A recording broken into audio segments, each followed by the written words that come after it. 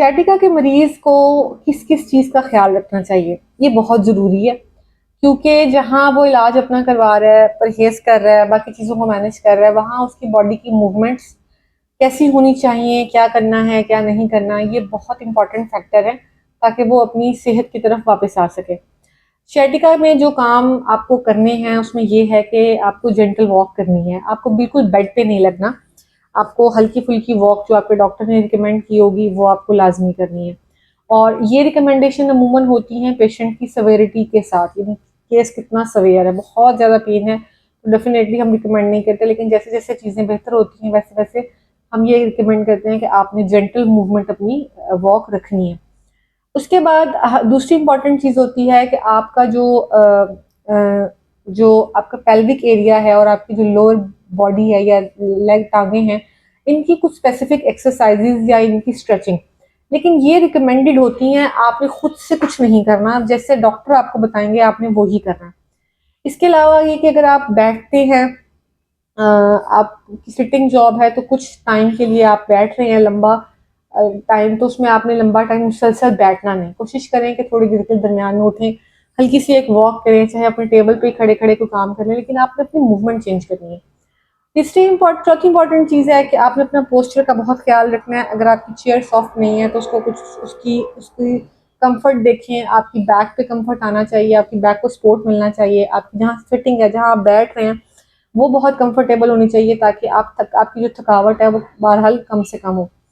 इसके अलावा ये देखना है आपने कि आपका जो बैठने का पोस्चर है वो ठीक हो, आपके शोल्डर्स बहुत रिलैक्स होने चाहिए, आपको सीधा बैठना है, कमर की रीढ़ की हड्डी जो है वो बिल्कुल सीधी रखनी है और थोड़ी देर बाद अपनी पोजीशन को फिर चेंज करते जाएं। एज वेल एज सोने की अगर बात की जाए कि रात को जो सोना है तो आपने अपने जिस बेड पे सोना है उसका मैट्रेस ऐसा हो कि वो आपके लिए कंफर्टेबल हो। समटाइम पेशेंट को हम लोग जिस इफेक्टेड टांग में प्रॉब्लम होती है उसकी घुटने के नीचे या कमर के नीचे तकिया रखने की भी रिकमेंडेशन देते हैं। अच्छा, अब क्या चीज़ें हैं आपने नहीं करनी। पहली बात तो ये है कि देखें, आपने सडनली आगे नहीं झुकना, सडनली अपनी टांग उठा के ऊपर नहीं रखनी। अच्छा, अब ये मैं क्यों कह रही हूँ, क्योंकि हमारे पास जब कोई आते हैं, थोड़े हमारे बुजुर्ग जो लोग हैं, उनके यहाँ वो एक कॉमन प्रैक्टिस कर रहे हैं, वो ये करते हैं कि जब वो वजू करते हैं तो अपनी टांग उठाते हैं और सिंक पे रख देते हैं। ये बहुत खतरनाक काम है, sciatica के मरीज के लिए तो है ही है, ये एक हेल्दी बंदे के लिए भी खतरनाक काम है, उससे भी ये नहीं करना चाहिए। तो कोशिश करें कि वज़ू करने के बाद, वज़ू करते हुए जब आपने पाँव धोने हैं तो आप अपने लेवल पे पाँव धोएं जहाँ पे आपके पाँव मौजूद हैं, यानी ज़मीन पे। अच्छा, इसके बाद आपने कोई ऐसा वज़न नहीं उठाना जिसकी वजह से आपकी बॉडी के अंदर कोई बहुत बड़ा एकदम सडनली कोई जर्क आए या ट्विस्ट आए। हैवी वेट लिफ्टिंग जो होती है वो आपने नहीं करनी, और ख़ास तौर पे ज़मीन से चीज़ उठा के ऊपर की तरफ आना और सीधे खड़े होना, ये भी एक गलत प्रैक्टिस है sciatica के मरीज के लिए। बहुत लंबा अरसा टाइम एक ही जगह पे नहीं बैठना, थोड़ी थोड़ी देर बाद अपनी जगह को चेंज करना है और या एटलीस्ट अपनी बॉडी को मूव करवाना है।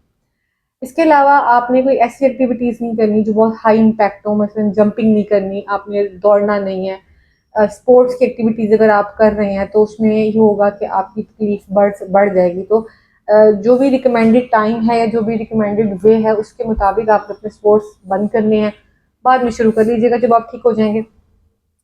एंड एज वेल एज आपने जो चेयर पे बैठना है, जिस काउच पे बैठना है, वो बहुत नीचे ना हो, वो भी बैलेंस लेवल ऊपर हो ताकि आप इजीली बैठ सकें।